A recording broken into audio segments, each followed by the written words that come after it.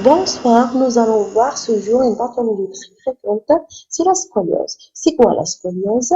La scoliose est une déformation vertébrale structurale dans trois plans de l'espace. Dans le plan frontal, sagittal et horizontal. Dans le plan frontal, on trouve une inclinaison latérale du tronc. Dans le plan sagittal, une modification des courbures physiologiques, c'est-à-dire on trouve une céphalose ou bien une épanorrhose. Pour le plan horizontal, on trouve une rotation vertébrale dans la radiographie. Elle est diagnostiquée surtout cliniquement de la présence de la gibbosité et confirmée radiologiquement par la mesure d'angle de courbe qui doit être supérieure à 10 degrés avec une rotation vertébrale. C'est une pathologie à prédominance féminine qui touche surtout l'enfant en pleine croissance, dont 70% sont idiopathiques, c'est-à-dire sans étiologie connue. C'est une maladie très évolutive avec risque d'aggravation, surtout en période de poussée pubertaire. D'où l'intérêt d'un dépistage précoce avant la puberté et une prise en charge précoce et régulière, dont l'objectif est de freiner l'évolution et l'aggravation de la symptomatologie. Donc, pour la scoliose, elle peut être syndromique, c'est-à-dire secondaire à une pathologie sous-jacente, surtout neurologique, ou bien la scoliose primitive idiopathique ou bien dégénérative. Notez que la scoliose idiopathique met en jeu de manière inconstante une hérédité. C'est le facteur héréditaire. Il existe aussi des facteurs environnementaux. Pour les présentations cliniques les plus classiques de scoliose idiopathique, second, c'est le double majeur, c'est-à-dire thoracique droit lombaire gauche. C'est quoi double majeur? On trouve courbure thoracique droite et courbure lombaire gauche. Puis, deuxième catégorie, on trouve scoliose thoracique droite, puis thoracolombaire droite, puis lombaire gauche. Il faut noter qu'il existe deux pics d'évolution de la déformation, c'est lors de l'adolescence et la période pré-ménopausique.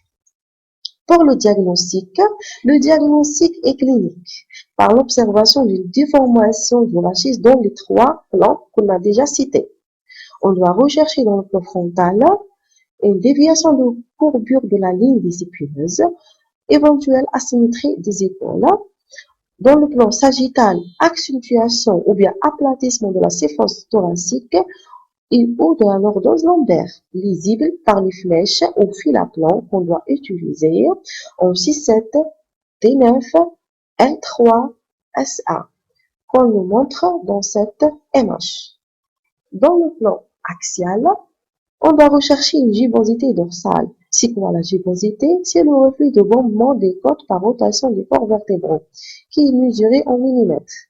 Le diagnostic peut être étayé par la présence de scoliose familiale. Donc, on doit rechercher les antécédents familiaux. La découverte d'une scoliose à l'âge adulte peut se voir et nécessite d'interroger sur la présence de scoliose à l'adolescence. Dans ce cas, il s'agira d'une scoliose dite idiopathique de l'adulte, secondairement dégénérative. Mais dans le cas contraire, il s'agira d'une scoliose dégénérative de nouveau. La télémétrie de rachis colon total permet de confirmer le diagnostic par la mesure des angulations cylindriques de courbe et une mesure éventuelle lordose ou bien céphose. On doit rechercher aussi éventuelles complications si le syndrome héliocostal est dislocation. C'est quoi syndrome héliocostal? Héliocostal, c'est une douleur qui se caractérise par une douleur déclenchée par un conflit entre le dernier côte et l'aile iliaque. Pour la dislocation, c'est une forme de subluxation ou bien déboîtement. La radiographie du bassin est très importante et nous permet d'évaluer la maturation osseuse vertébrale.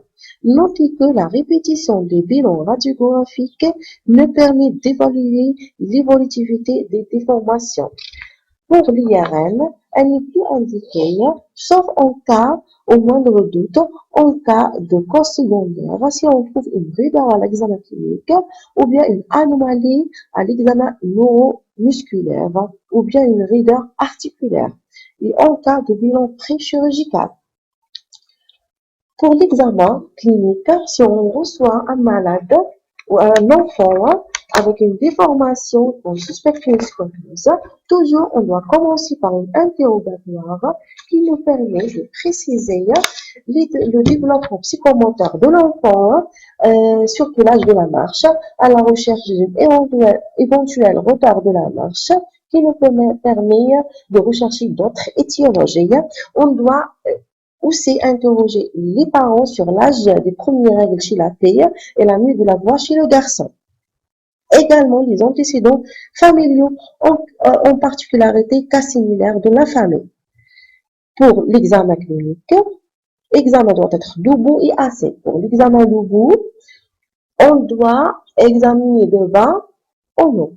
À la recherche, en statique, à la recherche d'une déformation des genoux au pied, équilibre du bassin, déséquilibre des épaules, déséquilibre du tronc qui doit être mesuré par fil à plan de 6-7 au pli interfécié, surtout sur cette image qui nous montre. On doit chiffrer éventuelle modification des courbures physiologiques par mesure des flèches sagittales, qu'on le voit dans cette image, en D2, L3, C7 et S1. On doit rechercher une éventuelle relâchement de sangle abdominal et enroulement des épaules. Pour l'examen en position debout, mais dynamique, c'est-à-dire on fait des mouvements, dont l'objectif est d'apprécier la souplesse et rechercher une éventuelle limitation articulaire. On doit faire étoile de main, c'est quoi? C'est rechercher une éventuelle douleur ou bien limitation articulaire au cours des différents mouvements du rachis lombaire. Comme on le voit dans cette image, on doit rechercher la distance, on doit mesurer la distance de la sol et on doit mesurer l'indice de Schoenberg à la recherche d'une raideur segmentaire. Pour l'examen debout, le tronc penché en avant est très utile. Puis en rectitude, membre supérieur tendu et main jointe pour apprécier le caractère de la gibbosité et éventuelle voussure lombaire et on doit les mesurer.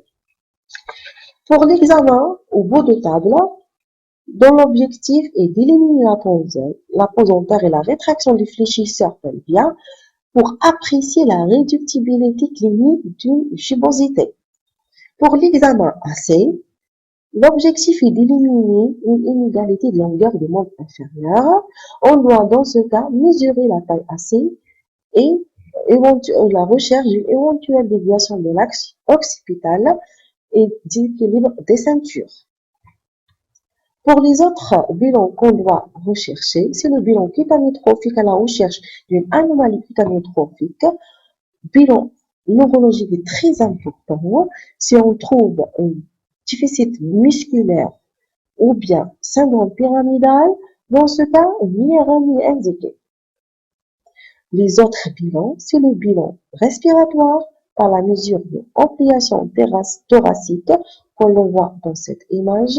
Les autres bilans, surtout le bilan psychologique pour rechercher un éventuel retentissement sur le psychisme qui peut nous gêner sur la prise en charge.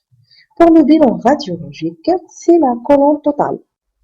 Télémétrie colonne totale pour confirmer le diagnostic ou recherche autre malformation, rechercher une céphose thoracique et par l'ordose lombaire. Il faut mesurer angle de cap très important qui est formé par la tangente passant par le plateau supérieur de la vertèbre limite supérieure et celle passant par le plateau inférieur de la vertèbre limite inférieure. Les vertèbres limites supérieures ou inférieures, ce sont les vertèbres les plus inclinées. Et on doit, dans la radiographie, caractériser la contre-cordure. Pour les autres examens radiologiques, c'est le Bending test. Pour apprécier la réductibilité, il n'est pas toujours nécessaire, surtout en pré-opératoire, pour apprécier la réductibilité de la scoliose. Et un autre bilan qu'on doit obligatoirement faire, c'est la radiographie du bassin pour stadifier ou bien pour faire la maturation vertébrale. C'est l'ossification des crêtes iliaques qui se fait de l'extérieur vers l'intérieur. La fusion, c'est la soudure qui se fait dans le sens inverse. Elle est stadifiée de 0 à 5 stades, comme le voit dans cette image.